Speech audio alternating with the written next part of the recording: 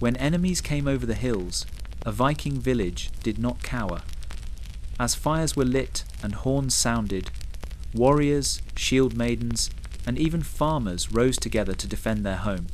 Warriors gripped axes and shields, women stood ready with spears, even children hurled stones to break the charge. Fires were lit to blind the night, and pits, stakes, and hidden traps turned the earth itself into a weapon. Without stone castles, their defense was living built on courage, kinship, and cunning. Axes raised high, this is how Vikings defend their village.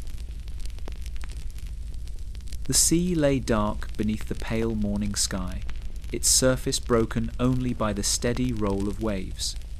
High upon the cliff a watchman stood, his breath white in the cold air, his eyes sharp as a hawk's, cliff de May before. For weeks the horizon had been empty, the fjord as still as the heart of Odin himself. But this dawn was different. Dark shapes moved upon the water, long ships with their dragon heads biting into the wind. The watchman's chest tightened, for he knew at once what this meant. This would be remembered as the day of reckoning, the day the world would learn how a Viking village defended against invaders. He raised the horn to his lips and blew. The sound ripped through the fjord, low and thunderous, carrying across water and forest, waking every soul. Dogs barked, women dropped their work, and men stumbled from their beds with hands reaching for axe and spear. Another call followed, then another, until the valley seemed to tremble with the voice of alarm. The ships were still distant, but their black sails promised ruin. The watchman's cry reached the longhouse, where the chieftain rose from the great hearth. He was a broad Viking man, scarred from battles long past, his grey eyes set with the weight of command. Without a word he lifted his sword from its stand, the steel ringing as it left its sheath. That sound alone was enough villagers poured in from every path, gathering in the hall like storm-driven waves. The air reeked of fear and smoke, yet beneath it burned something stronger, resolve. A Viking child clutched his mother's skirt as men formed a circle around the chieftain. They spoke little, for words were wasted when steel spoke louder. The choice was no choice at all. They would not flee. They would not yield. To abandon their homes, their kin, their ancestors, buried beneath the soil, such a thing would bring only shame. Better to fall with sword in hand than to live as thralls. The horn still moaned in the distance as preparations began. Farmers dragged ploughs and heavy carts to block the paths into the village. Spears were stacked in piles, shields fetched from rafters. The blacksmith's fire roared to life, sparks flying like fiery runes as he hammered broken tools into blades. Viking women, stern and unyielding, set about baking bread and boiling meat, knowing food was as vital to war as steel. The smell of Viking food drifted from the hearths, mingling with the stench of pitch and tar, as men prepared to set fire to traps hidden in the fields. On the cliffs, the watchman's eyes never left the sea. More ships appeared, their oars biting into the water like teeth. The enemy drew nearer, their voices faint but rising, a chorus of war cries carried by the wind. The watchman gripped his spear tighter, whispering a prayer to Thor. Soon the invaders would be upon them, and soon the gods would know who stood with courage. The village bristled with readiness. Children carried buckets of water to the defences. Old men sharpened stakes, and young warriors tested their shield wall, pressing shoulder to shoulder until wood creaked and leather straps strained. The chieftain walked among them, his hand heavy on each man's shoulder, his voice steady, unbroken. "They come for our land, our homes, our kin," he said. "Let them find only death." The horn sounded once more, long and fierce, rolling across the fjord like the growl of Fenrir. The invaders would soon land, and blood would wash the stones of the shore.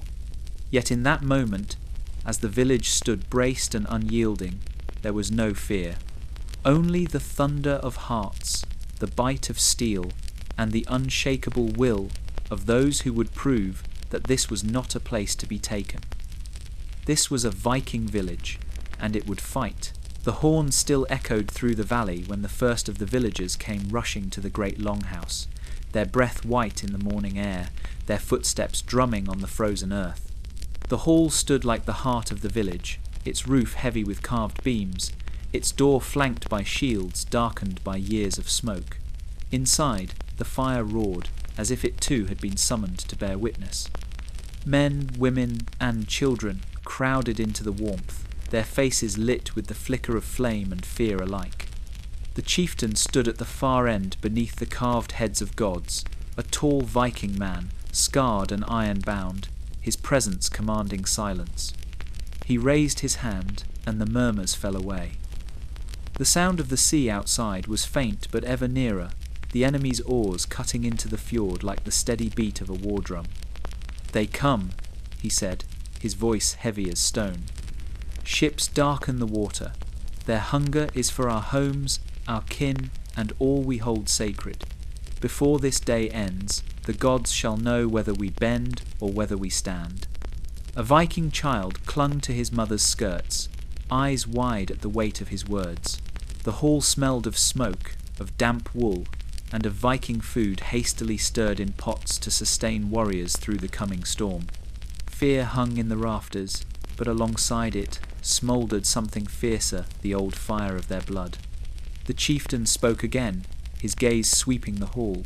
"We have 3 paths: to flee into the forests, leaving hearth and hall behind; to yield, bowing our heads to strangers who would chain us as thralls; or to fight as our fathers fought, and their fathers before them; to fight and let the Norns decide whose thread is cut." A murmur ran through the crowd, low and tense. Farmers with calloused hands clenched fists around wooden hafts. The blacksmith, still streaked with soot, stood with his hammer slung over his shoulder. Viking women straightened their backs, their eyes as unyielding as the men's, knowing they too would defend children and home if the walls fell. The choice, though grim, was no choice at all. An elder lifted his voice, cracked but unbroken. "Better to die free, with a sword in hand, than to live on our knees." A cheer followed, small at first, then rising until the hall shook with it. The chieftain's grey eyes glimmered, not with joy, but with the iron certainty of what must come. He stepped forward, striking the butt of his spear upon the floor so the sound echoed like thunder. "Then hear me, we fight, but we do not fight as scattered men. We fight as one shoulder to shoulder, shield to shield. Each man a wall, each woman a keeper of fire, each child a bearer of hope. This is our village, let no man take it." The hall erupted in a roar, fists striking shields, voices thundering oaths to Odin and Thor. Viking men swore blood oaths beside the fire, their voices mingling with the crackle of burning logs. Women clasped hands, whispering prayers to Freya for courage, and to the ancestors for strength. The chieftain raised his hand once more, and the noise fell to silence. "Go," he said. "Gather wood, stone, and steel. Bar the paths, ready the bows. Tonight the ravens will feast, and they shall dine well." The villagers poured from the longhouse, the sound of their resolve carrying into the cold air. No one spoke of fleeing again. No one spoke of yielding. The choice had been made. And as the enemy's sails drew nearer on the tide, the village braced itself for the storm to come. Smoke rose from the longhouse roof, drifting into the grey morning sky as the village thundered with sudden purpose. The choice had been spoken within those timbered walls, and now every soul turned from fear to toil. Men spilled into the yards, gripping tools worn smooth by harvests and hunts, and in their calloused hands those same tools began to change. This was no longer a season for ploughing fields or carving beams. It was the season of war, and from hearth and field came the first weapons of defiance. A Viking farmer dragged his plough into the square, iron-tipped and heavy with soil. With the blacksmith's hammer and fire, its share was reshaped into the point of a spear. Another man, once a woodsman, laid down his felling axe, its blade sharpened to a keener edge. its haft bound in leather for the grip of battle. Every hammer strike rang out like a drumbeat, each spark that flew from the anvil a star in the growing storm. The village was no longer only a place of hearths and cattle pens, it was a forge of war. Viking children scurried between men, carrying buckets of water to cool the glowing metal, their eyes wide with awe as they watched ordinary tools born anew into weapons. They were too small to hold a spear, yet already part of the defence, their steps quick with the urgency of survival. Women gathered ropes and hides, weaving slings and binding spear shafts. The smell of Viking food, bread and boiled meat drifted through the air, fueling the labour of hands that had no time to rest. The blacksmith's forge blazed like the heart of the gods themselves. His arms, broad as oak branches, rose and fell without pause. A broken scythe became a wicked hook for dragging men from ladders. Iron nails hammered through timber-turned planks into shields, rough yet unyielding. He worked with fury, sweat pouring down his soot-streaked face, for he knew each strike of his hammer might mean a life saved. Farmers who had once measured their worth by the harvest now measured it by the weight of steel in their grip. Viking men who had never left their fields stood shoulder to shoulder with seasoned warriors, their fear buried beneath the raw necessity of survival. They wrapped leather about their arms, cut spare wood into spear shafts, and tested the heft of their makeshift weapons. The village became a storm of noise, the rasp of whetstones, the clang of iron, the shouts of men calling for rope, wood, stone. The chieftain strode among them, his gaze steady, his voice like iron. "Remember," he said, "it is not the strength of the weapon, but the strength of the hand that wields it. The gods do not look upon gold-hilted swords, they look upon courage." His words fell heavy upon the crowd, and every man clenched his jaw tighter. Every woman gripped her child firmer. Every heart steeled itself for what lay ahead. By dusk, the yards were lined with stacks of spears, axes, and shields, born not from great forges of kings, but from the simple hearths and fields of villagers. They were rough, they were uneven, but they were theirs. A crooked spear can still pierce a heart, and a rough axe can still cleave a skull.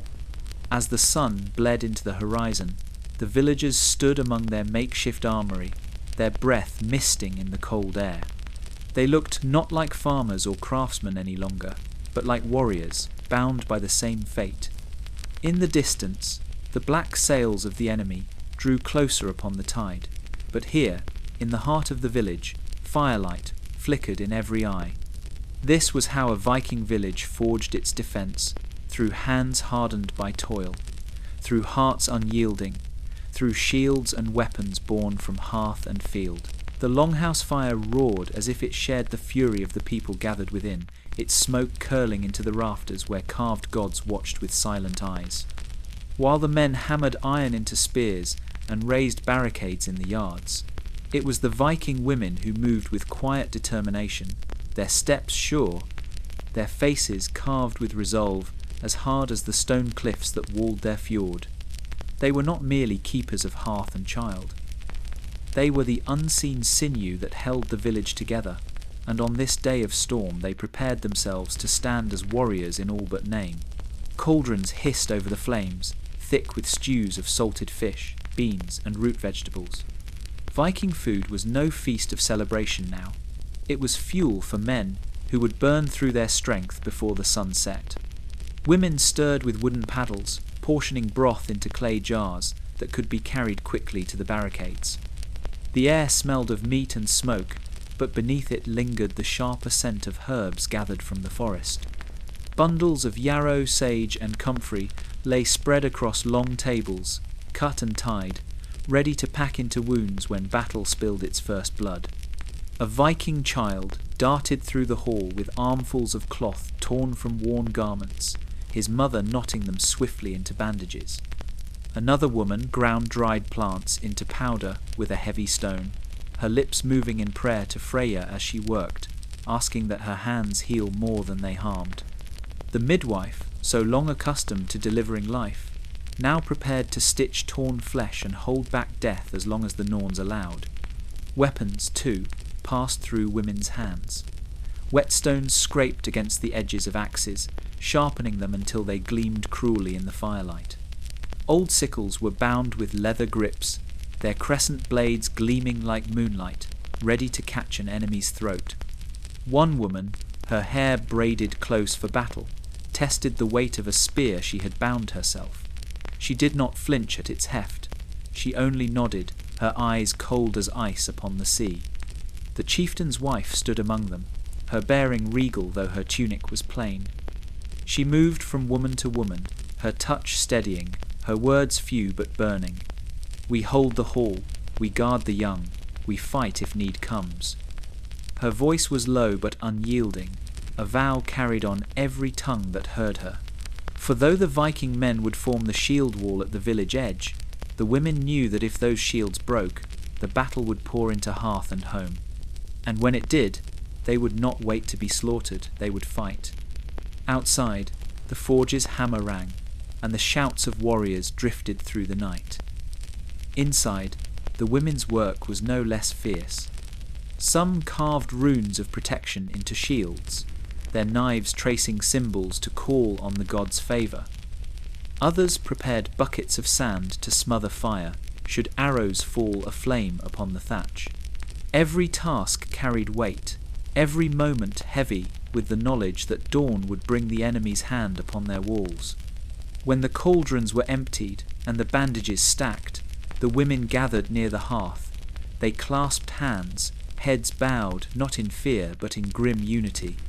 "If the men fall," one whispered, "we shall stand." A murmur of agreement passed around the fire, soft as a prayer, strong as an oath. Beyond the longhouse door, the sea groaned beneath the weight of black sails, but within, the Viking women had bound themselves to fate as tightly as their men. They would feed, they would heal, they would fight. And should the village fall, it would fall only over their bodies, their courage as sharp as the steel they had prepared. The morning after the horn's cry, the village was alive with a different kind of thunder. Men tightened shield straps and tested their spears. Women bound wounds before they were even made, but among them moved smaller figures whose duty had suddenly grown heavy. The children of the north, born to the harsh winds and the endless winters, were no strangers to toil, yet never had their games of strength felt so close to war. Now those games were over, and Viking children carried burdens that would decide who lived and who fell. They ran swift-footed between the longhouse and the barricades, each step sure on the frozen earth. Buckets of water swung from their hands, sloshing against their legs, for fire would soon be a weapon as fierce as steel. The weight pulled at their arms, but these were children who had wrestled in the snow, who had hauled nets from icy waters and raced up cliffs in play. Their games had been preparation unknowing, and now the strength of their youth was turned to survival. Some carried bundles of arrows, the shafts clutched against their small chests, as if they bore the very fate of their fathers. Viking men reached down to ruffle their hair or mutter blessings as the arrows were piled high behind the shield wall. "Quick, little wolf," one warrior whispered, "for the gods smile upon the fleet of foot," and the boy grinned, though his hands trembled, before racing back for more. Inside the hall, girls too young to bear spear or axe sat at the long benches with strips of cloth, knotting them into cords to bind wounds. One Viking child threaded herbs into the wrappings, her grandmother guiding her hands with patience carved by many winters. Another ground wild garlic and yarrow into a paste for poultices, her small arms straining at the stone pestle. Their laughter was gone, but their eyes burned with a seriousness far beyond their years. The chieftain himself bent low to speak to the youngest, gathered by the fire.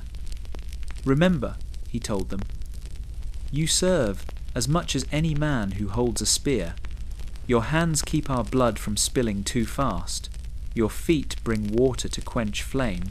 Your voices carry warnings swifter than horns. Do not think yourselves less. The gods do not." The children straightened beneath his words, their small shoulders squaring as if they too bore shields upon them. When the sun rose higher, the younger ones were set to watch the paths that twisted through forest and rock, their eyes sharper for being low to the ground. They knew the land as well as any hunter, every stump and stream a part of their games. Now, instead of chasing one another through those woods, they would carry word if an enemy slipped around the barricades. For every Viking man gripping steel, there was a child whose eyes would guard his back. The air grew thick with the mingled scents of wood smoke, pitch, and Viking food simmering in cauldrons. But even hunger was forgotten in the press of duty. Children darted through the village like sparks from a fire, never idle, never complaining, their small frames as essential as the spears stacked high at the gate. They knew fear, how could they not, with sails black upon the water?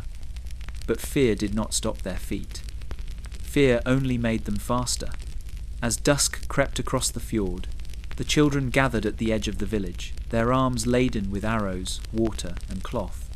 They looked out at the dark line of ships crawling nearer, and for the first time, silence claimed them. A Viking child of 10 years stood beside his father, staring at the horizon. His voice was low, but firm as steel. "Let them come, we are ready." And in that moment, the village knew the children of the north would not break. They would carry their share of the burden, small though their hands might be, until the gods themselves judged the day's end. The fjord lay still beneath the dimming light, its waters black as a raven's wing. On the heights above the village, men and women climbed with bundles of wood strapped to their backs, their breath misting in the cold. This was no climb of toil alone, it was a climb of desperation, for on these hilltops the villagers prepared their oldest signal of need. When danger came, when enemies' sails stained the horizon, the people of the north turned to fire, and tonight the ring of fire would burn. The beacon pyres were built from logs dragged from the forest, branches stripped and stacked in towering heaps. Tar-soaked brush was wedged deep into their hearts, ready to catch flame in an instant. Viking men lashed the piles tight with ropes, their calloused hands working swiftly. Beside them, Viking women scattered dry pine needles and kindling, their faces hard with the knowledge of what this fire meant. It was a cry across the land, a call to kin in distant valleys, a plea for brothers and cousins to bring axe and shield before it was too late. Viking children scrambled up the slopes with armfuls of twigs and brush, their feet nimble on the stone. They had grown up racing over these ridges, but never had their games carried such weight.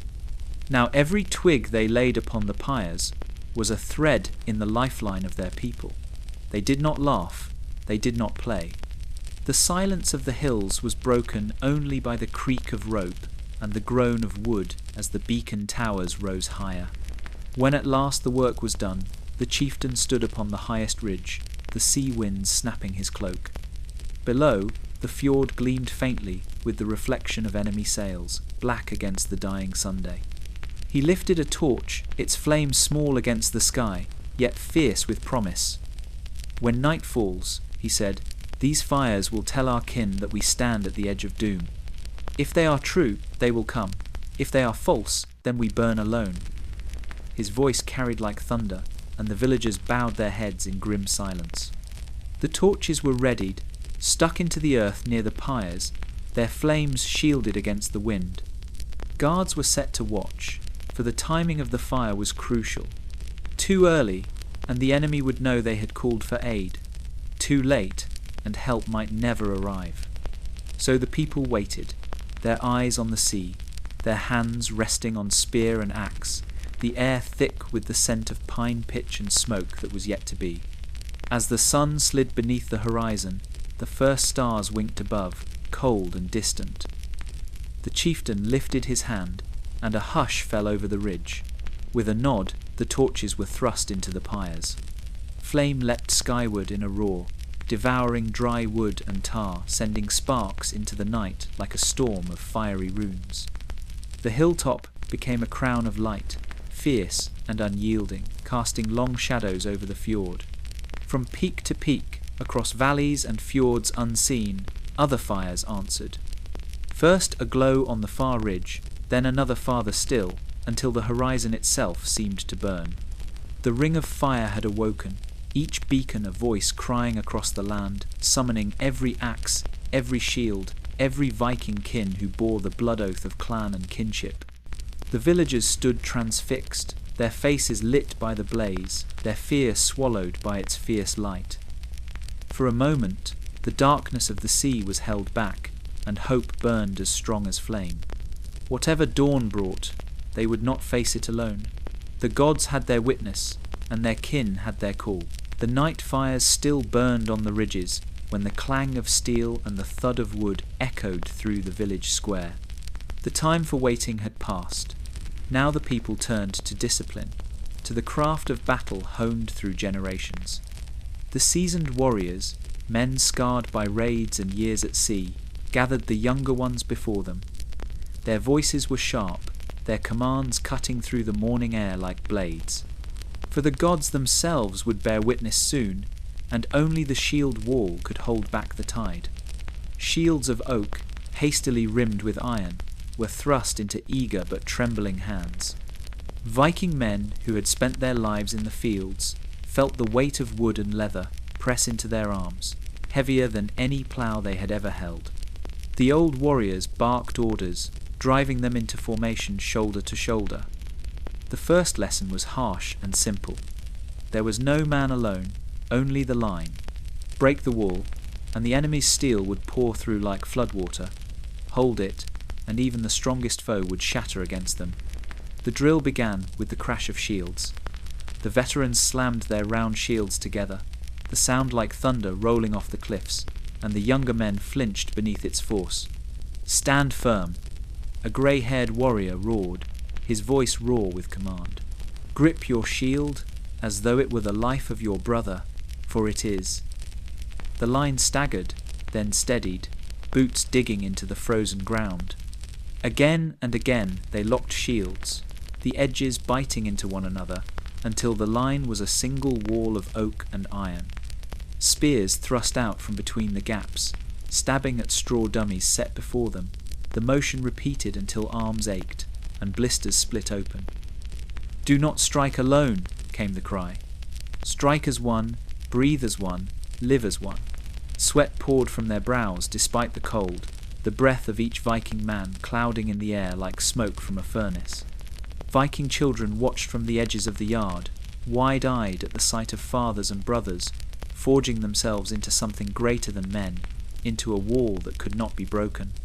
Some clutched small wooden shields of their own, mimicking the drill in play, though their eyes burned with the knowledge that this play was no longer only a game. The chieftain walked among them, his gaze weighing every man. When one faltered, his spear struck the shield with a crack that made the warrior's bones jolt. "Stand," he commanded, and the man stood, teeth clenched, pride forcing strength into weary arms. For in the shield wall, weakness was death, and the gods spared none who let their brothers fall. Hours passed, and the drills grew fiercer. Veterans hurled themselves at the wall, slamming it with the force of charging beasts. Again and again the line bent, groaned, threatened to splinter, but it held. Each time it reformed stronger. Each time the men learned that their strength was not their own, but the strength of those pressed against their shoulders. By the end, bruised and bloodied from the training itself, the wall no longer looked like a group of villagers. It looked like a single body, forged of many hearts, beating to the same rhythm. When at last the sun slid low, the men lowered their shields, their arms trembling but their eyes alight. The chieftain stood before them and raised his sword high so the fading light caught the steel. "Tomorrow," he said, his voice low but carrying, "the enemy will strike like a storm upon rock, and when they do, you will be the rock. You will not yield, you will not falter. You are the shield wall. Let the foe break upon you like waves against the cliffs." A roar erupted, shields beaten with spears, the sound rolling out over the fjord. In that moment, there was no farmer, no craftsman, no boy untested. There was only the wall, unyielding, unbreakable, eternal in its defiance. The shaping was done. The forge roared like a beast caged in stone, its fire blazing so hot the very air shimmered above it. Sparks leapt in showers with every strike of the hammer, painting the darkened smithy with stars of fleeting light. The blacksmith stood bare-armed before the anvil, his chest glistening with sweat despite the winter's bite that clawed through the open door. Around him, the clang of iron sang the song of war, and each note carried the weight of an oath unspoken but iron-bound. This night, no plough would leave his forge, no horseshoe, no nail for roof or cart. Every breath, every strike, every fragment of his soul would be bent to the shaping of weapons for his kin. The blacksmith was no stranger to toil. His back bore the curve of years spent bending over fire. His hands were hard as stone, scarred and blackened from a lifetime of feeding the village's needs. But never had his craft burned with such meaning. Before him lay sickles dulled by harvest, axes nicked from woodcutting, iron scraps saved from broken tools. Each piece was reborn in flame, reforged not for field or forest, but for battle. He muttered words to himself as he worked, half prayer, half vow, promising the gods that every strike of his hammer would serve the defence of his people. A Viking man stood at his shoulder, waiting for a blade still glowing red. "Is it strong?" he asked. The smith plunged the iron into water, steam hissing as if the earth itself shrieked. He lifted it, gleaming and sharp, and pressed it into the man's hand. "Strong enough," he said, his voice like the rumble of distant thunder. "But it is your courage that must hold truer still." The warrior nodded and left, clutching the weapon like a lifeline. Outside the smithy, the village buzzed with the sounds of preparation, but within these walls it was as if time had narrowed to fire and steel. Viking children peeked through the doorway, wide-eyed at the storm of sparks. One bold boy crept closer, clutching a bundle of broken iron nails scavenged from a ruined cart. The blacksmith's stern face softened as he took them, tossing them into the forge. "Even this will serve," he said. "The gods waste nothing." With that, he hammered the scraps into studs for shields, each one a small thorn waiting for the enemy's flesh. The women came with baskets of leather, offering straps for sword hilts and bindings for spear shafts. They worked beside him, their hands weaving, cutting and fastening, their eyes reflecting the glow of the forge. Together they turned fragments of the ordinary into the tools of survival. The air thickened with the scent of smoke, sweat, and the faint tang of Viking food drifting in from the longhouse hearth, a reminder that every hammer stroke brought another chance to live, another chance to eat, another chance to keep the village whole. As the night deepened, the blacksmith straightened his broad shoulders and raised his hammer high above the glowing anvil. The room fell quiet, as if the fire itself held its breath. "By the gods," he said, his voice carrying through the walls, "I swear this no man of this village shall go to battle unarmed. As long as breath stirs in me, I will forge until my hands break, until the fire dies, until my heart gives way. My oath is bound to iron."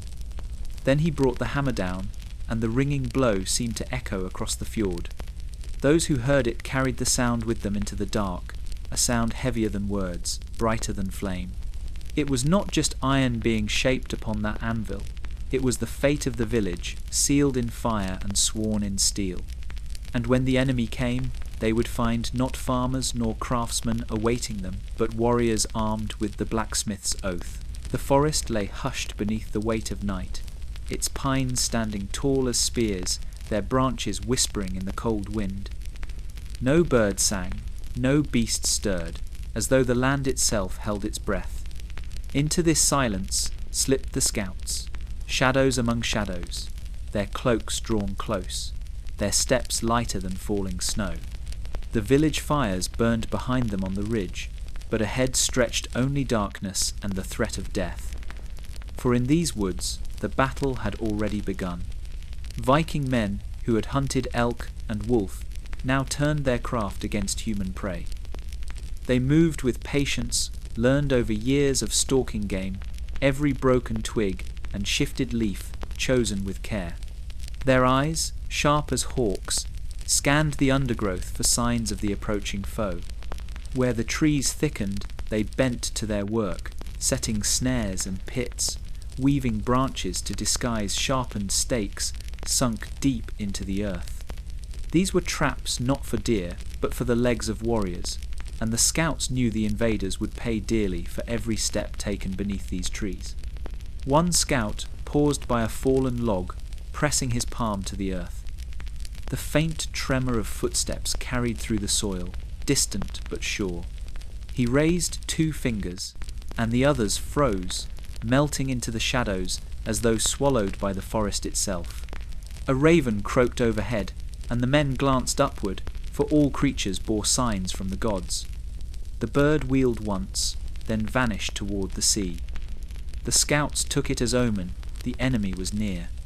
A Viking child too young for the shield wall had been sent as runner, darting silent as a fox between the trees. His task was perilous but vital, to carry word back to the chieftain should the invaders be spotted. His small frame slid through brush where grown men could not pass, his eyes wide, his breath fast, but his spirit unyielding. He knew no glory awaited him, only the burden of swift steps. Yet, in his heart, he bore the same fire as the men who carried steel. The forest traps grew more cunning as the scouts pressed deeper. Branches bent under tension, ready to snap with spears of ash lashed to their ends. Pits were dug swiftly, covered with brush, their bottoms spiked with sharpened stakes. A careless stride could mean a pierced leg, a crippled soldier, a cry that would shake the enemy's ranks with fear. The scouts worked with ruthless efficiency, their hands black with soil, their breath white in the cold air. For every snare they laid was not just defence, it was vengeance prepared in silence. From the ridge above the fjord, the faint creak of oars carried on the wind. The scouts crouched low, their ears straining. Through gaps in the trees, they glimpsed the enemy's black sails drawing closer to shore, their dragon heads glimmering faintly in the starlight. The invaders' voices, rough and foreign, drifted through the stillness, laughing, shouting, boasting of slaughter to come. The Viking scouts' jaws tightened, their fingers clenched upon spear shafts. They did not speak, for words were useless now. Only patience would serve them patience, and the silent forest. When their work was done, the scouts slipped back through the trees, leaving behind a wilderness seeded with death. No mark betrayed their passage, no sound gave away their hand. The enemy would soon step into a land that looked unchanged, but every shadow concealed a trap, every root and hollow hid peril. By the time the first light of dawn brushed the sky, the villagers would be ready, and the invaders would find that even the forest itself had turned against them. For in the north, the trees were not mute. They whispered with the cunning of Viking men, and their silence was the promise of blood. The longhouse glowed with the warmth of fire, its rafters thick with smoke that curled around carved beams where the faces of gods watched in silence. Outside, the forest whispered with the tread of scouts, and the fjord carried the dark shape of enemy sails. But within, the village gathered as one. Men and women pressed shoulder to shoulder, warriors, farmers, and children alike, their eyes fixed on the hearth. Flames leapt high, sparks spinning upward, as if the gods themselves reached down to listen. It was here, before this living fire, that Viking oaths would be sworn, binding blood and breath to the fate of the village. The chieftain stepped forward, his shadow stretching long across the hall. In his hand gleamed a blade, its steel catching the firelight, its edge already marked with the nicks of battles long past. He raised it high, then drove its point into the packed earth beside the fire, where it stood quivering. "Here," he said, his voice thunder over the crackle of flame, "before hearth and gods, we swear, no man will flee, no woman will yield, no Viking child will be taken in chains. This village stands or falls together." The people murmured, their voices low, heavy as the sea before a storm. One by one, the men stepped forward. A farmer, still streaked with soil, placed his calloused hand upon the blade. By Thor's hammer, I swear, my field may wither, my cattle may fall, but no invader shall take my home while breath stirs in me. His voice shook, but his hand did not. A roar of approval answered him, and he stepped back into the throng, his face carved with new resolve. A young Viking man, barely grown to his beard, pressed his palm against the steel until blood welled. By Odin's eye, I swear, let the Norns cut my thread if I break. His lifeblood dripped into the earth, and the fire snapped as though in acceptance. Others followed, each with their own vow, their own plea to the gods. Some swore by Freya, asking her to guard their families, others by Tyr, calling for strength in battle, still others by Hel, vowing their enemies would walk her dark road first.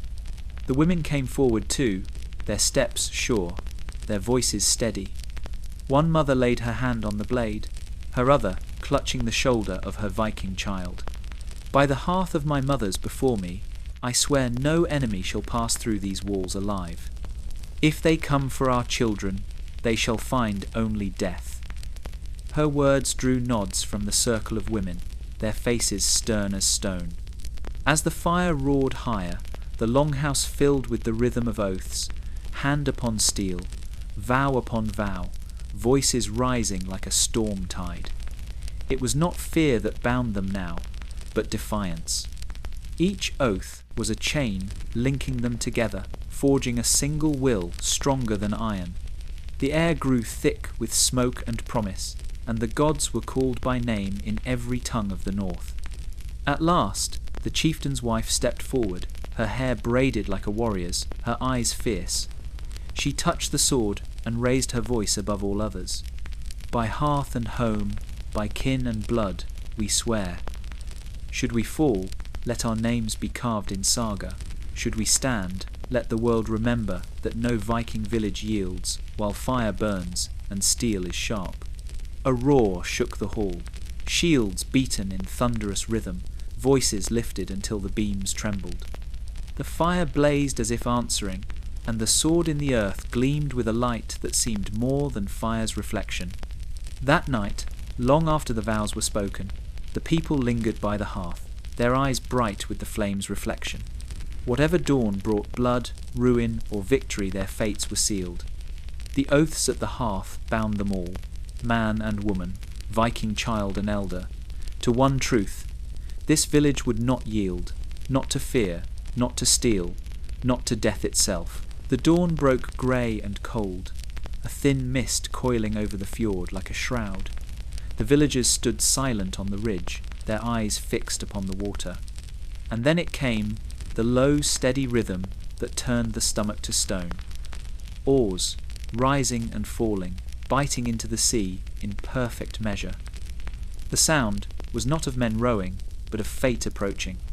Each stroke echoed like a drumbeat of doom, and with it came the dark line of ships, their dragon-headed prows snarling against the pale sky. The invaders' sails, black as a storm cloud, swelled with the morning wind. Their hulls cut through the water like wolves through snow, swift and merciless. As they drew near, voices carried over the waves, deep-throated war cries, shouts in tongues harsh and foreign, rising with each pull of the oars. To the villagers it was a sound older than memory, the promise of fire, of blood, of steel biting into flesh. The children of the north had grown hearing such tales, but to hear it with their own ears was to feel the weight of death pressing upon their chest. The chieftain stood at the front, his cloak snapping in the wind. He did not flinch as the enemy came closer. Around him, Viking men gripped their shields, knuckles white against the wood. Some muttered prayers to Thor, others spat into the earth, swearing they would not give ground. A Viking child clung to his mother's side, eyes wide as he listened to the roar rolling across the water. The women tightened their shawls, their faces set like stone.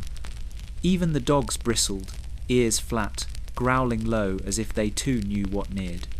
Closer came the ships. and with them the thunder of oars grew louder, striking into the villagers' bones. Each beat seemed to shake the very earth, until it was as though the fjord itself carried the pulse of war. The prow of the first ship split the shallows, and a cry rose from its deck, wild, savage, triumphant. It was answered by another, and then another, until the air quivered with the voices of 100 men hungry for slaughter. The villagers did not retreat. The shield wall formed, oak and iron braced, shoulder to shoulder. Behind it, women carried arrows to the archers, children darted with water and stones, and the blacksmith himself lifted a reforged axe, its edge gleaming in the rising Sunday. The smell of pitch, of smoke, of Viking food still simmering in the longhouse, mingled with the salt of the sea. It was the smell of life, clashing already with the stench of death carried on the enemy's breath. The first warriors splashed into the shallows, their boots churning the cold water. They lifted round shields, painted with beasts and skulls, swords flashing in the pale light. Their voices split the morning wordless howls of rage and hunger, meant to terrify before steel even struck. But from the ridge above, the chieftain raised his spear high, and a different sound answered the thunder of his people's war cry, deep and fierce, rolling like the mountains themselves had found voice. The clash of cries met in the air, a storm of defiance and fury. The invaders roared from their ships, the villagers roared from the land, and between them the wind carried the smell of pine and blood yet to be spilled. The oars had fallen silent now, the ships grounded on the shore, but the rhythm of doom they had carried still throbbed in every heart. On that cold dawn, the fjord became a battlefield before the first blow was struck. The sound of oars had brought death to their shore, but it also lit the fire in the hearts of the villagers. For though the enemy had come with ships and fury, they would soon learn that this Viking village was not one to be taken. The invaders had scarcely set foot upon the stony shore when the air itself seemed to tighten.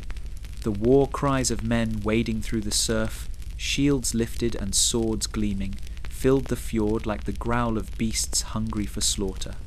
But above them, unseen among the cliffs and hidden within the forest shadows, another sound stirred soft, taut, and deadly. The creak of bowstrings drawn back to their full measure, the breath of Viking archers steadying before release. The first arrow came swift as a hawk, whistling down from the heights. It struck a raider's throat, dropping him into the water with a gurgled cry that broke into silence. Then came another, and another, until the sky itself seemed to hiss with feathered death. The invaders faltered, their war cries breaking into confusion, as men fell clutching at shafts buried deep in flesh. The sea churned red around their boots. From the cliff above, hidden behind jagged stone, Viking men loosed shaft after shaft, their eyes cold, their arms sure. They had hunted elk in the forests and seals on the ice, but never had their skill mattered more. Each arrow was a lifeline for the village behind them, each feathered flight a prayer answered by steel. Beside them crouched younger bowmen, their fingers raw, their arms burning, yet they would not falter. Their fathers' voices barked, low commands, hold the line, loose together, strike as one. And the arrows fell in volleys, a storm upon the shore. In the forest's edge, more archers waited. From the cover of pines they rained shafts upon the flanks of the invaders, driving them into the open where the shield wall above the beach awaited. Every tree became a fortress, every branch a place of death. Viking children darted among the trunks, gathering spent arrows and carrying them back, their small hands feeding the storm. Fear shone in their eyes, but pride burned hotter, for they too knew the gods watched. The raiders tried to raise their shields, lifting them above their heads in desperate cover, yet the arrows came from many heights and angles, striking the gaps, slipping through leather, piercing even iron. A spear-wielding warrior stumbled forward, only to collapse with 3 shafts in his chest.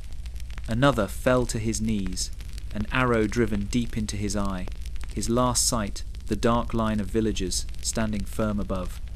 The chieftain, standing with his warriors at the ridge, watched as the first wave of the enemy staggered under the rain of shafts.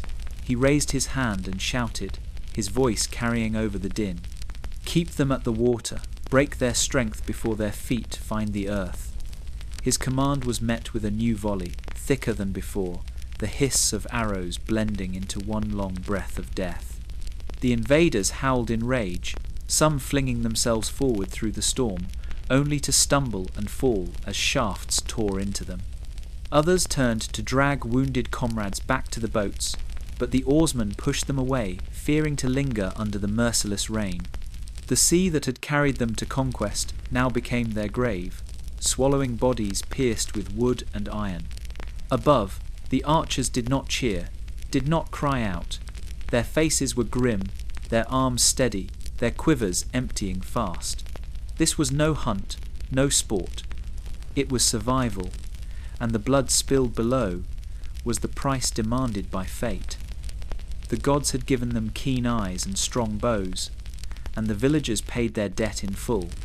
As the last of the first volley broke the enemy's charge, silence fell for a breath. The surf crashed against the rocks, mingling foam with blood. Then the war cries rose anew, fiercer, angrier. The invaders would not be driven off so easily, but the village had drawn first blood, and with the first arrows, the battle for their home had begun. The smoke of pine pitch hung in the air as the villagers laboured through the night, their hands raw from rope and axe. Trees were felled in the forest, dragged by oxen and men alike, their trunks sharpened into stakes and lashed into rough barricades at the village's edge. Carts were overturned, logs stacked high, and stones piled in heaps behind the timber wall. The barricades stood jagged and grim, not the crafted fortresses of kings, but the desperate handiwork of farmers and craftsmen who knew the enemy would soon press hard upon them. These were walls of timber, rough and raw, but stronger than they appeared, for behind them beat the hearts of a people unwilling to yield. At the chieftain's command, the men gathered before the rising barricades, shields strapped tight to their arms. The old warriors barked orders, drilling the young until the clatter of shields striking together rang like thunder. The villagers had built their timber wall, but the true strength of the defence was the shield wall, the living wall of flesh and will, of men standing shoulder to shoulder with death at their heels. "Your shield guards not only your breast," cried one grey Viking man, his voice carrying above the din, "but the brother at your side. Fail him, and you fail yourself." The men locked their shields, the edges biting together, the wood groaning as bodies pressed tight. Spears jutted out from between the gaps, a bristling forest to meet the storm. They practiced the step and thrust, moving as one body, each man's weight holding the next steady. Even those who had never raised a blade in anger found their place.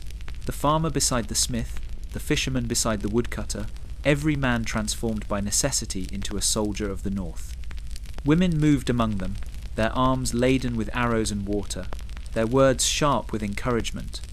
A Viking child ran with bundles of stones to stack behind the shield wall, his face smudged with soot, his eyes alight with fierce determination. The blacksmith's hammer still rang in the distance, but here, on the edge of the village, the rhythm was set not by iron, but by the steady beat of shields crashing into one another in unison. As the training grew harsher, warriors hurled themselves against the wall to test it, roaring as though they were the enemy. The line bent, staggered, nearly broke, but it held. Bruises blossomed on arms, blood welled from split lips, yet the men did not falter. Each failure was corrected with barked commands, each stumble hardened into strength. By dusk, the shield wall no longer wavered. It stood firm, unyielding, the barricades of timber behind it almost pale in comparison to the grim resolve of the men themselves. The chieftain strode before them, his cloak stirring in the cold wind, his spear gleaming in the fading light.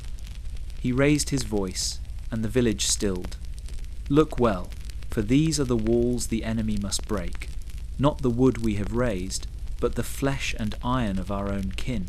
When they come, they will crash upon us, like waves upon the cliff. And like the cliff, we shall not move. His words rolled like thunder, and the warriors roared in answer, the sound of it shaking the very earth beneath their feet.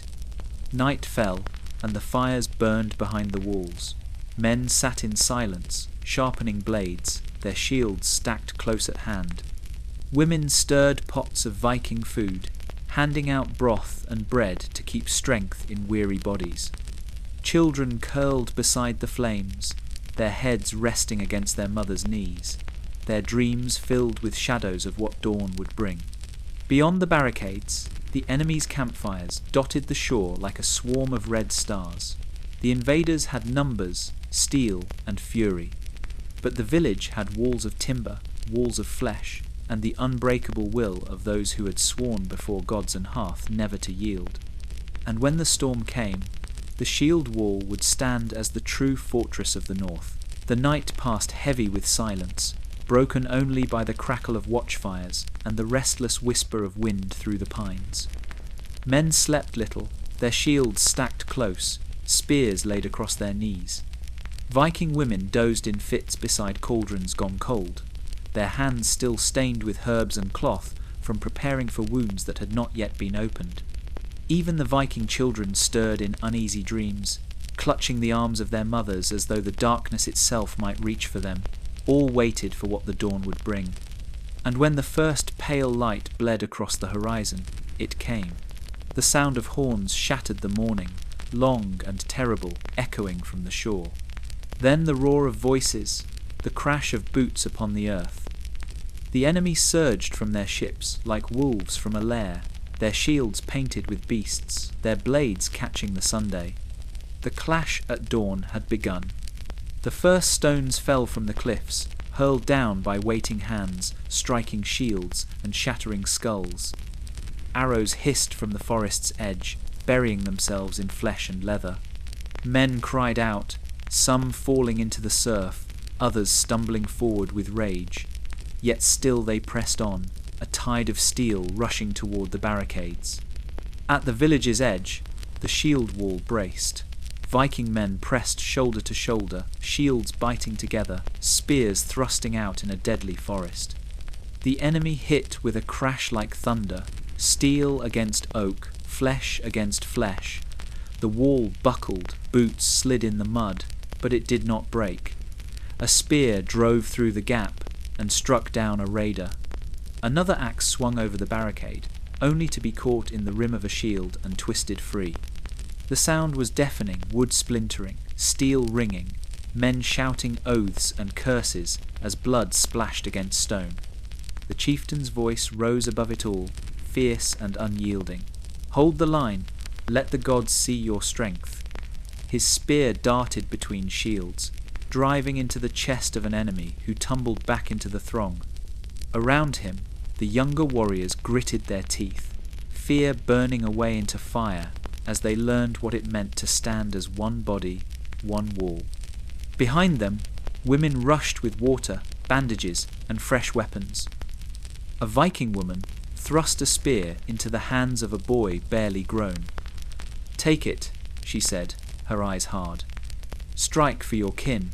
He swallowed fear and stepped into the line, his shield trembling in his grasp, yet his place was held. The clash grew fiercer. The enemy threw themselves against the wall again and again, their blades hacking, their axes rising and falling. Blood soaked the earth, running in dark rivulets between stones. Cries of pain mixed with the roar of defiance. A Viking man fell, pierced through the neck, and at once another stepped into his place, shield raised before the gap could open. The wall held, as the cliffs hold against the sea, unyielding though battered by wave after wave. From the flanks, hidden archers loosed their shafts, striking into the enemy's sides. Traps in the forest claimed others, their screams cutting through the din as snares tightened and pits swallowed them whole. The invaders faltered, though their fury did not lessen. The sun rose higher, spilling its light upon a field already stained crimson. The smell of blood mingled with the smoke of pine and the sharp tang of iron. The clash at dawn was no longer the promise of battle. It was battle itself, raw and merciless. And still the shield wall stood, bruised, bloodied, and broken in places, yet always reformed, always unyielding. The enemy pressed, but the village had sworn before hearth and gods that it would not fall. With each crash of steel, with each drop of blood upon the stones, that oath was carved deeper into the day.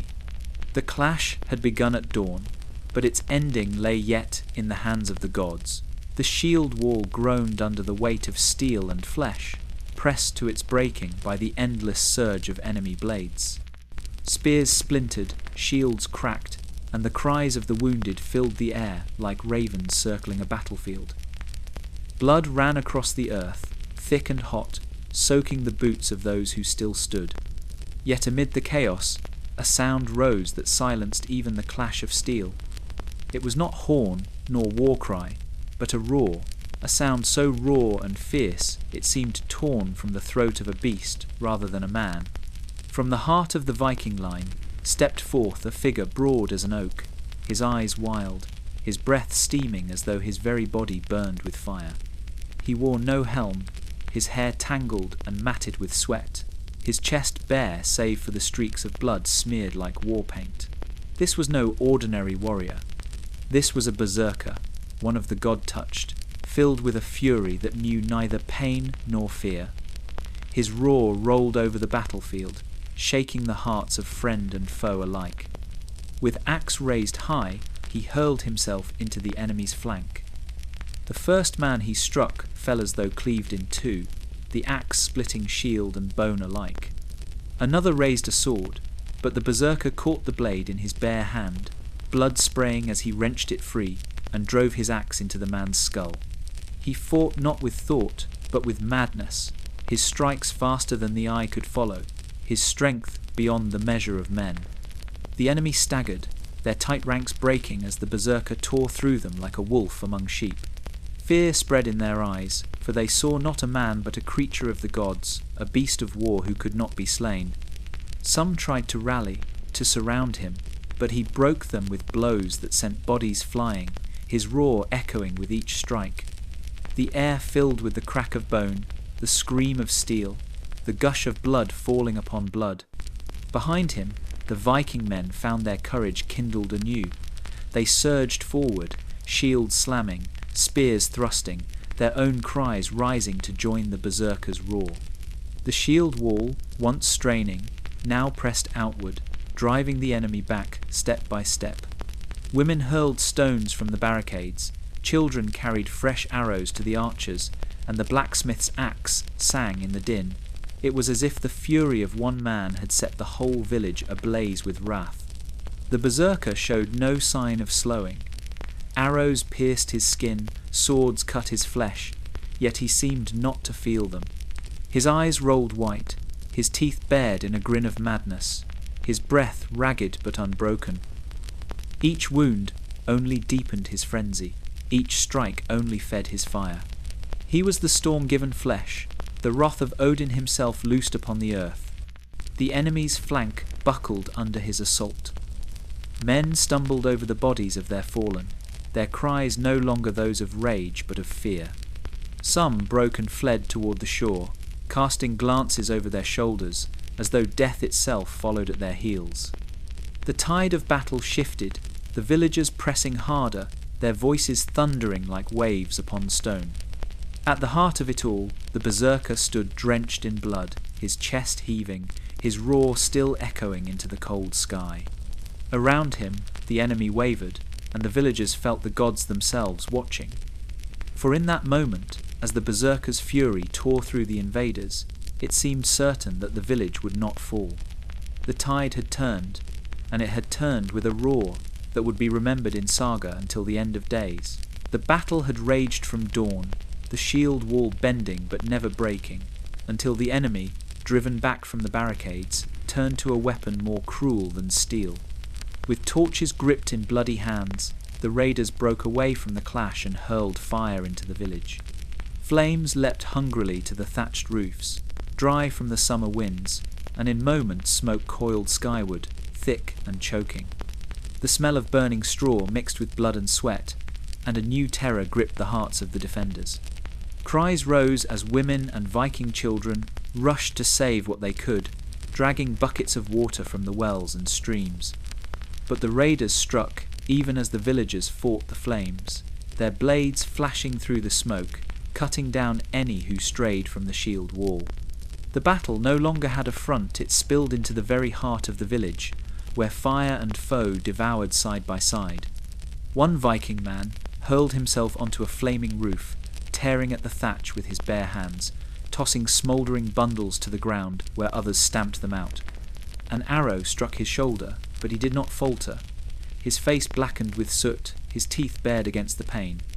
Below him, a Viking woman swung an axe at a raider who tried to force his way inside her home, splitting his helm with a blow born of rage. Children carried buckets too heavy for their arms, sloshing water over the burning walls while coughing in the choking smoke.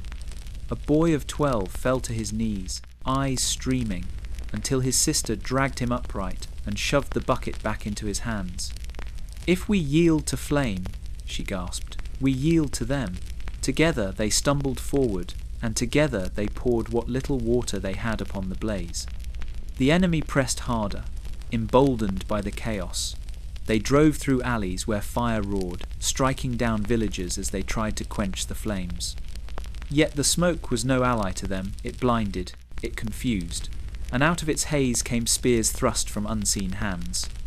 Arrows hissed from rooftops, where archers, half-choked by ash, shot down into the enemy ranks. Every corner of the village became a battleground, every flame a beacon that lit blood upon the stones. The chieftain roared above the din, rallying his people. His cloak caught fire at the hem as he charged through the smoke, but he stamped it out and raised his spear high. "Do not let the fire take what we have sworn to defend." His voice carried even through the roar of flames, and the villagers surged to him, forming a shield wall in the very heart of the village square. Side by side, with fire licking at their backs, they struck at the raiders with renewed fury. The blacksmith fought with his great hammer, its head glowing faint from the forge's heat, smashing through shields as though they were straw. His own house burned behind him, but he did not look back. Around him the women hurled stones, and boiling water from cauldrons dragged from the hearths, their arms unshaken even as the smoke burned their throats. The air grew hotter, the flames higher, until it seemed the whole village might vanish into ash. Yet still they fought, stamping out fire with one breath, striking down raiders with the next. For the villagers knew the truth. If the flames consumed their homes, they would have nothing left to defend. At last, through sweat and smoke, the raiders faltered. Too many of their dead littered the streets. Too many of their torches had been quenched. The fire still smouldered, but the village still stood. And in that moment, amid the smoke and ruin, the villagers proved that no flame, no sword, and no foe could strip them of their will. For this was a Viking village, and it would not burn without a fight. The smoke of burning thatch still curled into the grey sky when the enemy struck anew, driving hard through the alleys and breaking against the last barricades. The clash of steel and the screams of the wounded echoed through the village until it seemed the very earth trembled. Step by step, the defenders were pushed inward, the lines bent and split, until there was nowhere left to fall back but the heart of the square. There, beneath the shadow of the longhouse, the chieftain raised his voice above the din. "Close! Close! And let none through!" The command rang clear, and the villagers obeyed. Viking men locked shields in a circle, shoulders pressed tight, their breath hot against one another's ears. Women joined the line without hesitation, their own shields raised, their eyes fierce. Behind them, Viking children and the wounded huddled low, clutching stones and buckets, ready to serve in whatever way they could. The enemy roared as they closed in from all sides, but the ring of shields stood firm, an iron circle at the village's heart. The first impact came like a storm. Axes crashed against oak, spears stabbed into the gaps, and the ring groaned but did not break. The defenders thrust their own weapons outward, short spears, axes, even sharpened farm tools, striking at legs and arms that reached too close. Blood sprayed the earth, pooling at their boots, yet the circle held tighter with each blow. Every man knew the shield he bore guarded not his life alone, but the life of his kin pressed against him.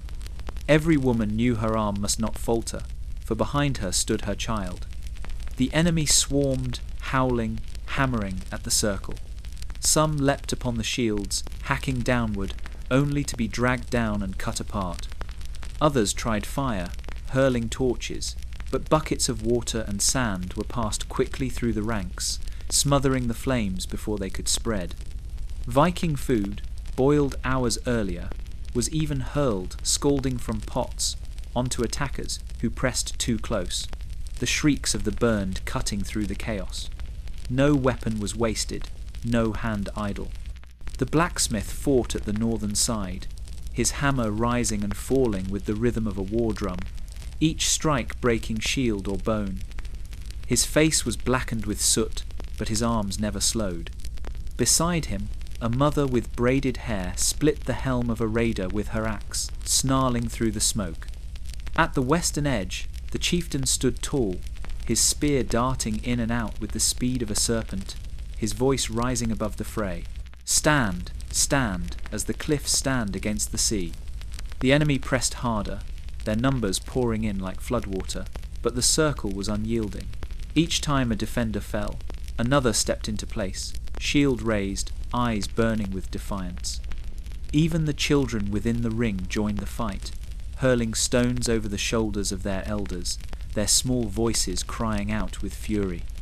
A boy no older than 10 struck an invader across the temple with a rock, sending him sprawling into the mud, where he was finished with steel. The sun broke through the smoke, a pale light spilling upon the square, glinting off bloodied shields and broken blades. Around the circle lay heaps of the dead, enemy bodies piled high where they had hurled themselves against the unbreakable ring.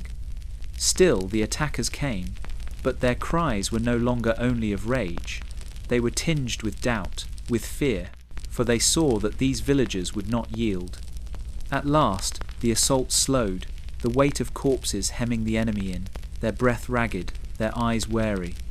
The defenders tightened their circle once more, shields biting together, spears bristling outward, unbroken and defiant. The chieftain raised his bloodied spear to the sky, and a roar erupted from every throat within the ring, a roar that carried across the fjord, a roar that told the gods themselves that the village still stood. The circle held. Through blood and fire, through smoke and steel, it held, and as long as it endured, so too did the spirit of the Viking people. The circle of shields still bristled in the village square, but even the strongest arms grew heavy, even the most steadfast hearts felt the weight of endless assault. The enemy pressed on all sides, certain that numbers would grind down resolve, yet the chieftain had not placed all his hope upon wood and iron. Beyond the clash of steel, beyond the fire and blood, a handful of warriors moved unseen, their fate bound to a secret known only to the oldest of the clan, the hidden path.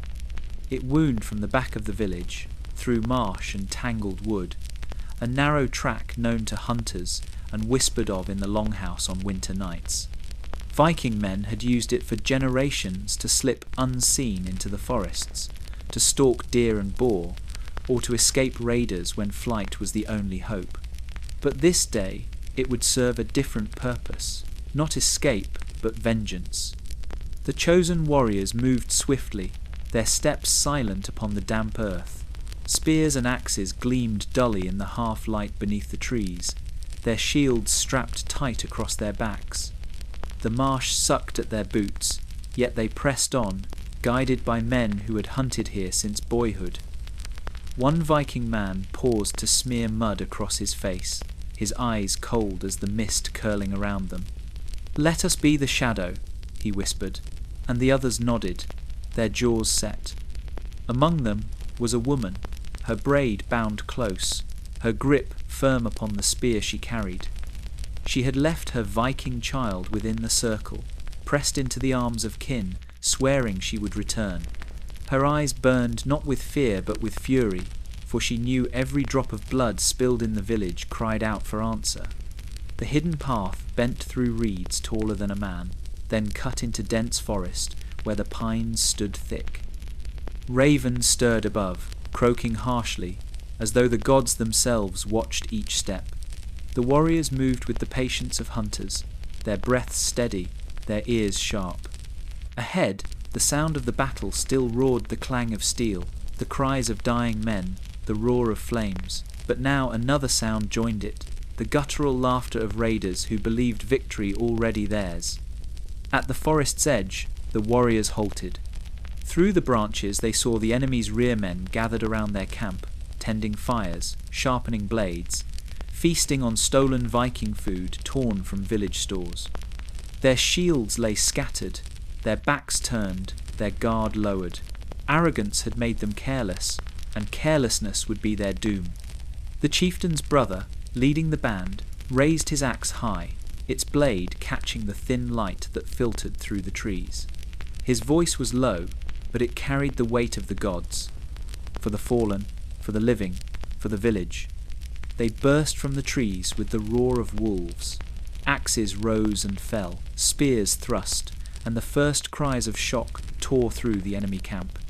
Raiders leapt to their feet, scrambling for weapons, but too late, the hidden path had delivered death to their backs.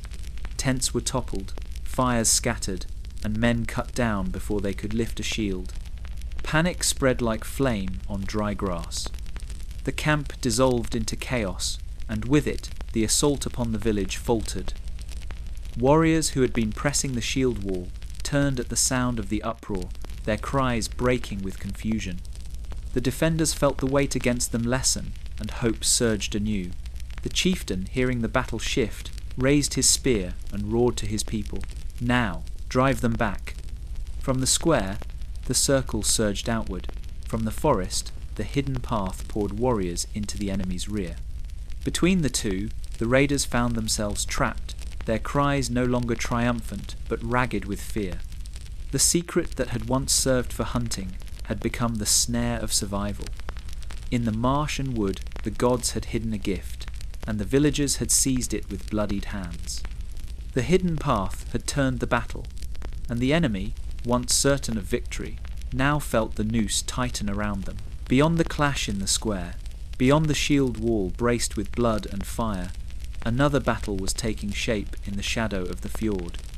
The invaders, certain of their numbers, had left their stores and supply wagons, guarded by only a few men, believing the village too desperate to strike beyond its own walls. But the young warriors of the north had not forgotten their oath, nor had they been raised only to cower behind their elders' shields. They were the wolf-pack swift, fearless, and hungry for glory. Led by a youth barely grown to his beard, the band slipped from the hidden path and vanished into the trees. They were lean, their faces streaked with soot, their eyes sharp with the fire of battle. Some carried spears cut down for speed, others axes light enough to swing in tight places, and a few boar bows strung with sinew. The chieftain had warned them, "Strike quick, strike deep, then vanish." And they swore by Odin and by blood that they would.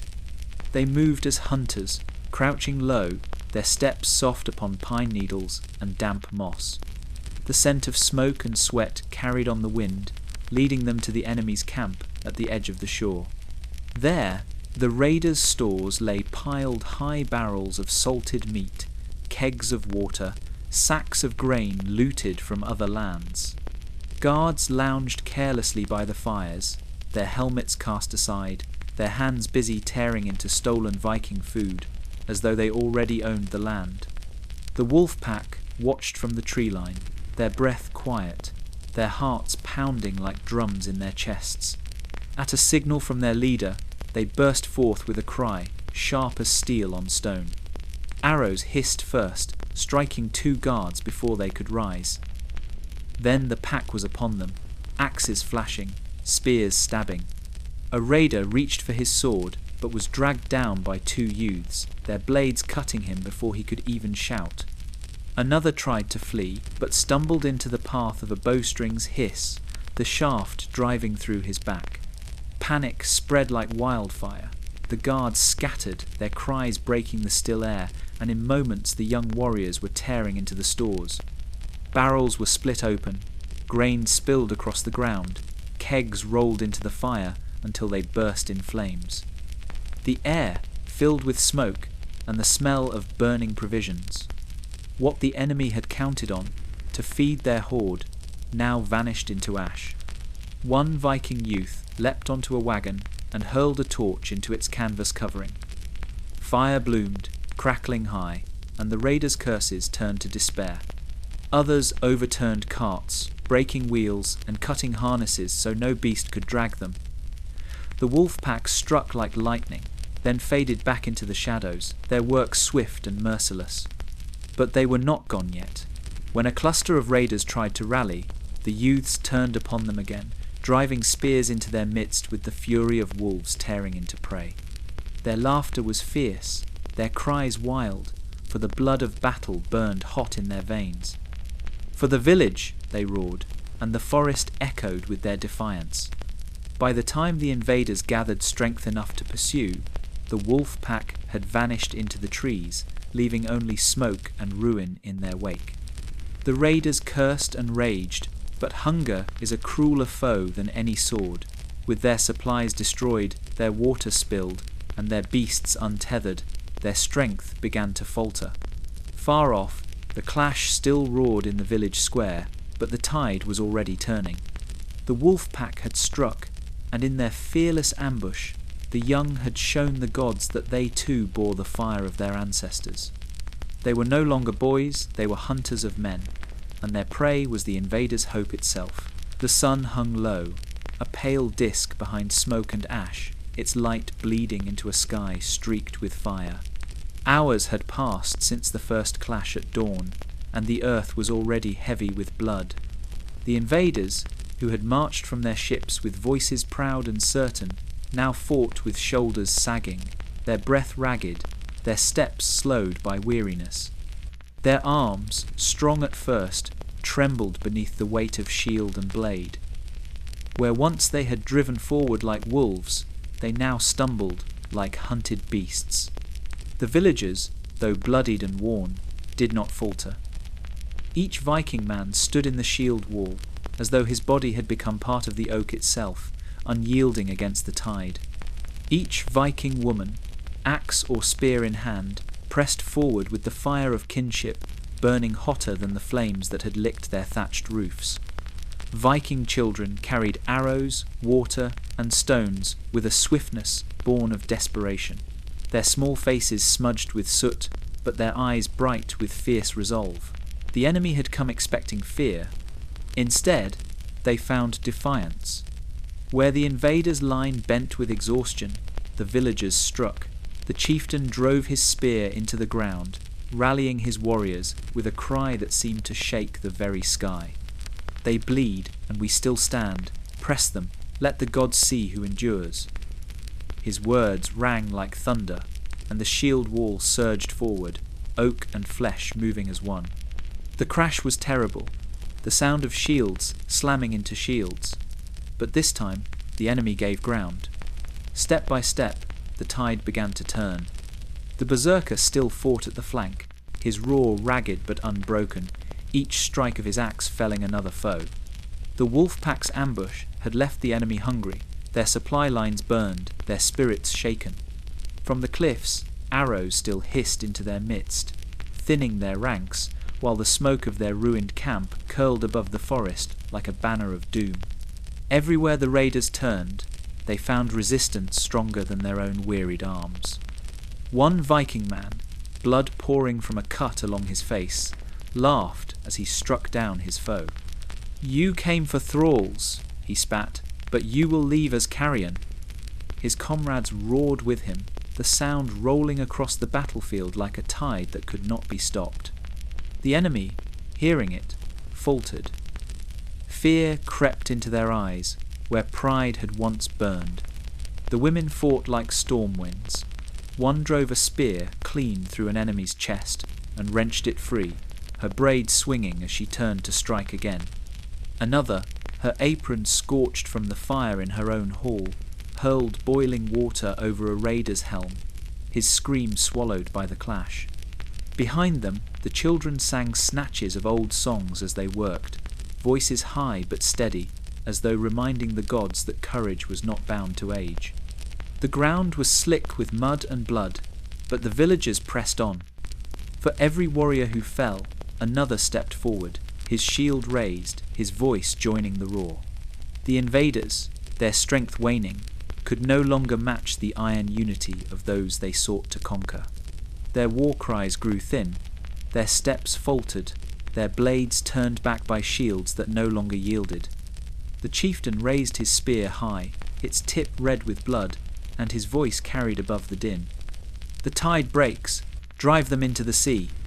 His warriors answered with a cry that split the sky, and they surged as one body, slamming into the raiders' line with a force that shattered it.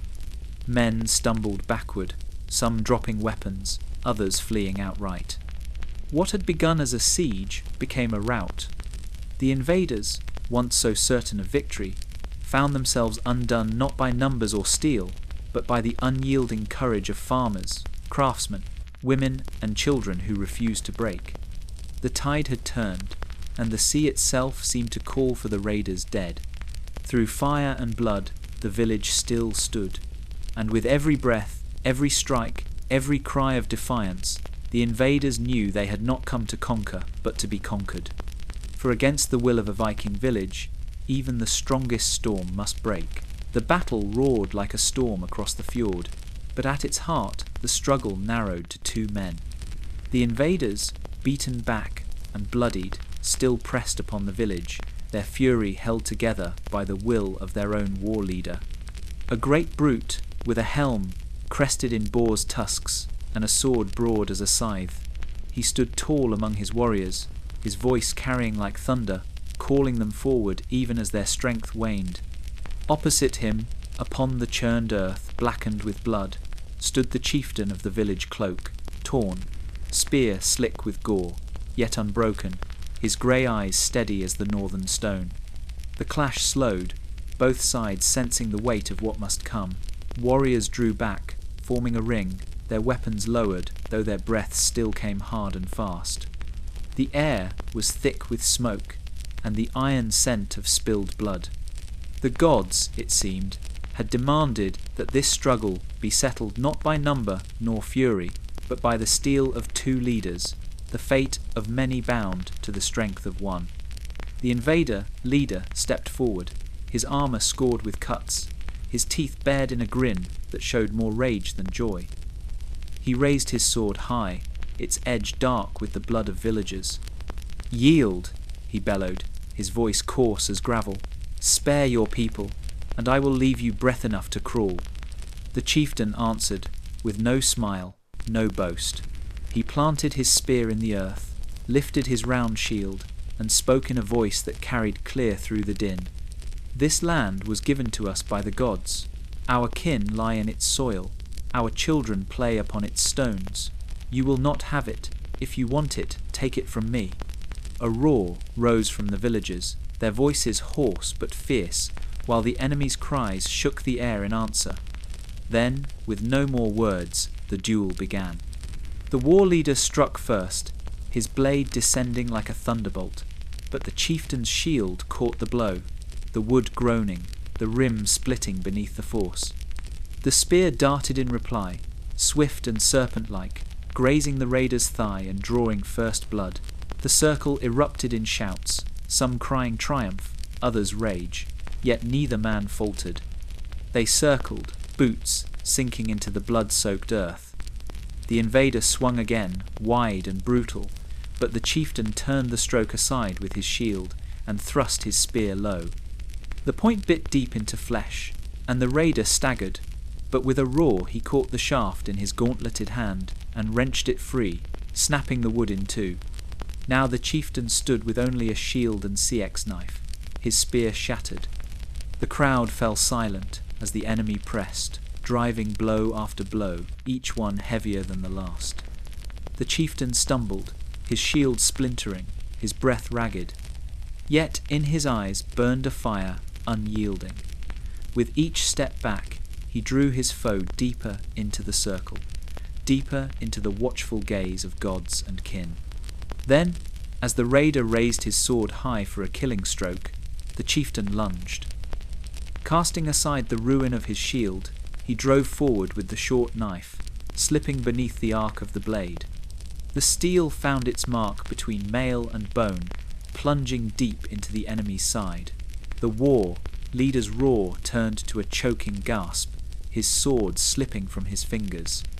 The chieftain wrenched the blade free, and the raider fell to his knees, blood spilling dark upon the earth.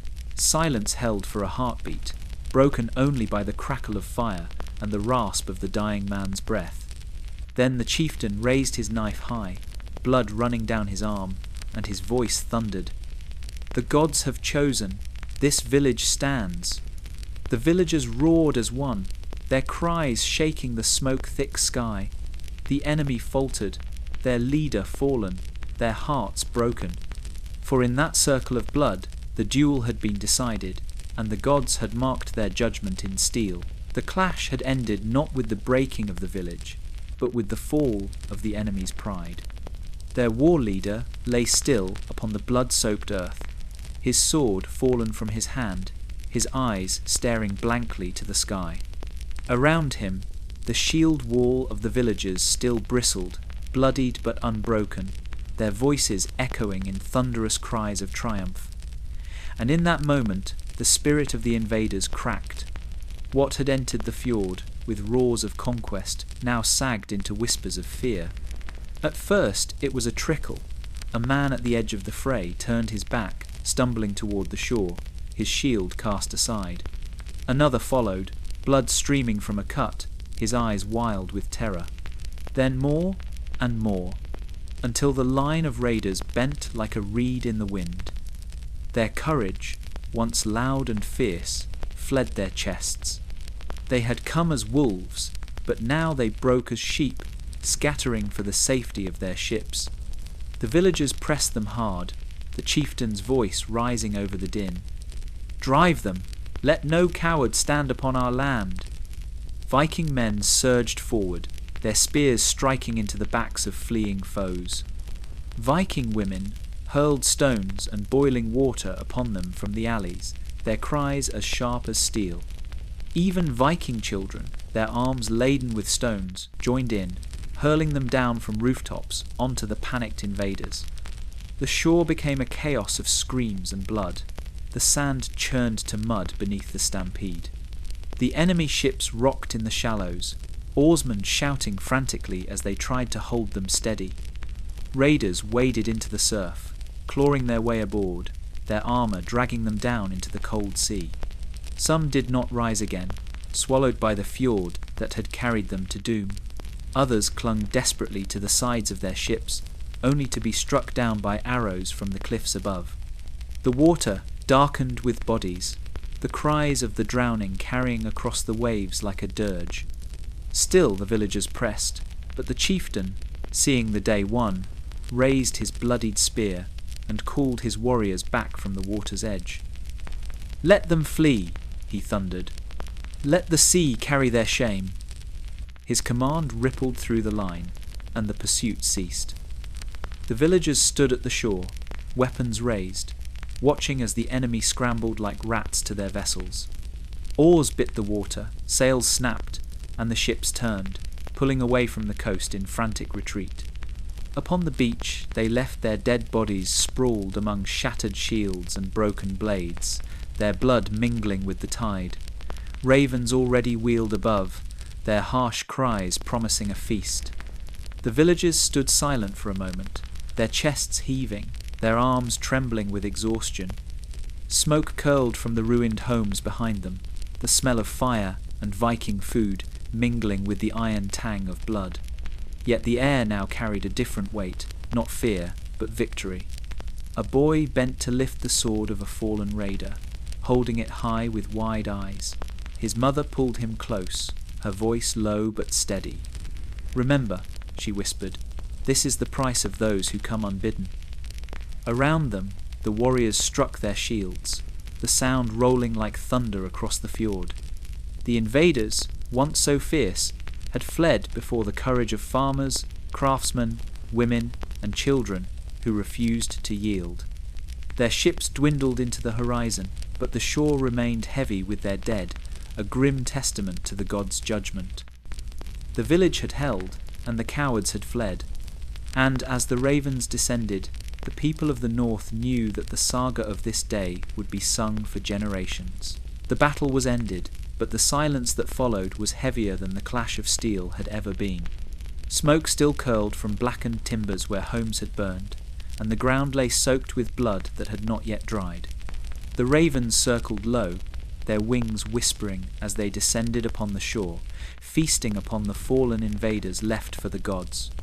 Among them lay their own dead Viking men who had stood in the shield wall until their last breath, Viking women who had fought with axe and stone, and even the smallest Viking child whose courage had carried water or arrows until fate claimed them. The victory had been won, but the price was carved deep into the heart of the village. The survivors gathered in the square, the air thick with the stench of fire and sorrow. Families wept over the bodies of their kin, laying them out upon cloaks, their hands folded, weapons placed upon their chests so they might enter the afterlife as warriors. The skald's voice rose in low chant, a song of passing, each word trembling with grief, yet strong with reverence. Flames were kindled, pyres built from the same wood once meant for barricades, and soon the smoke of the funeral fires rose to the heavens, carrying the souls of the fallen to the halls of their ancestors. The chieftain stood before the pyres, his face shadowed by grief, his cloak torn and blackened with ash. His spear rested at his side, but his hand gripped it as though it anchored him against the weight of despair. He raised his voice above the wailing and the crackle of flame. "We have lost much," he said, his words raw. "Fathers, brothers, mothers, children, blood of our blood. But hear me now, they did not fall in vain, their courage held this village. Their blood bought our tomorrow, and by the gods we shall not waste it."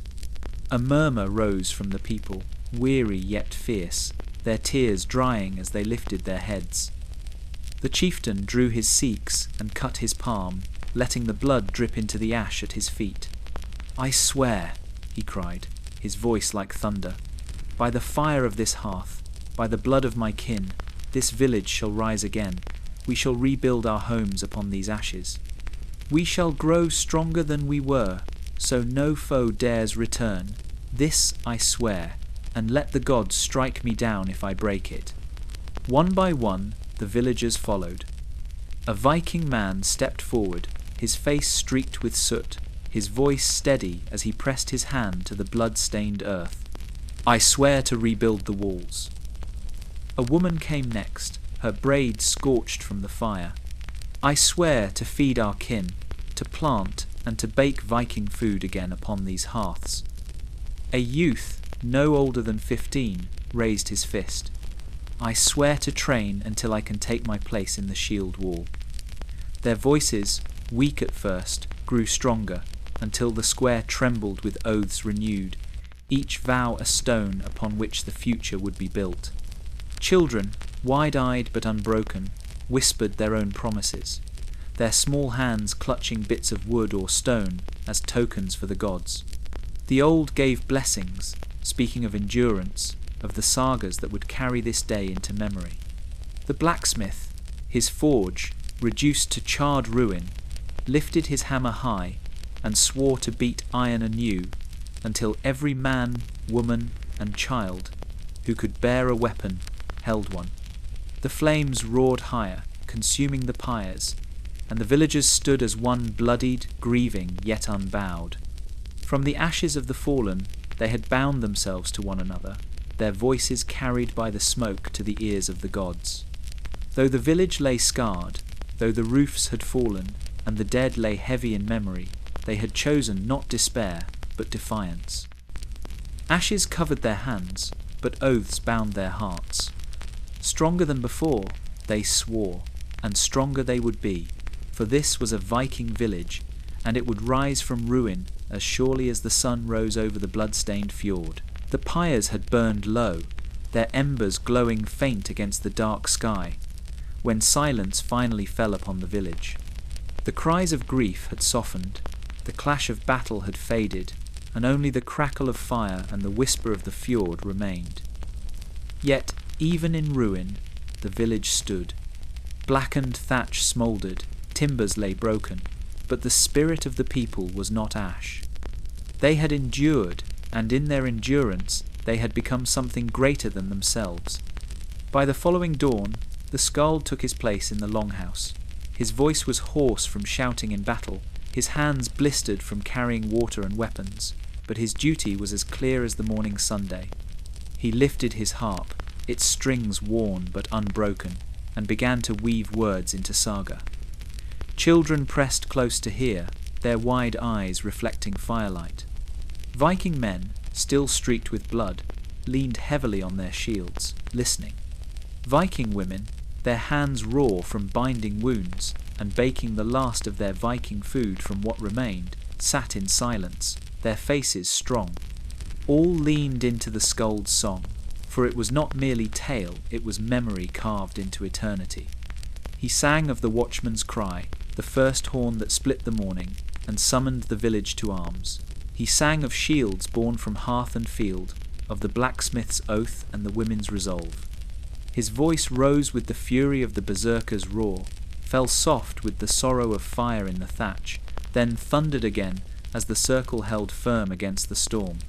He told of the hidden path through marsh and wood, the wolf pack striking swift at the foe's lifeblood, the duel of chieftains beneath the gaze of the gods, and the flight of cowards who fled to the sea. As his song rose, it filled the longhouse until the rafters trembled, until even the youngest Viking child knew the truth. This was no mere skirmish, no forgotten raid. This was the forging of a saga, a tale that would outlive them all.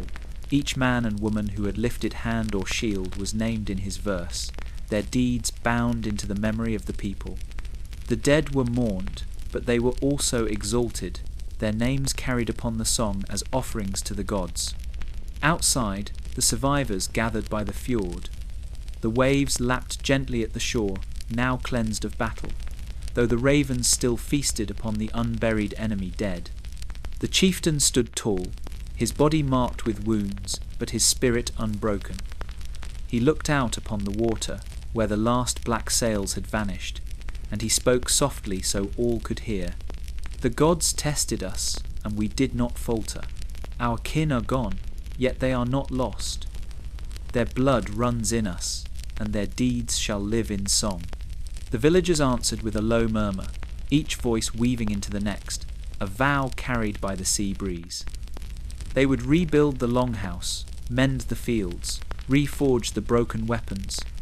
They would teach their children not only to till soil and gather wood, but to fight as their fathers and mothers had fought.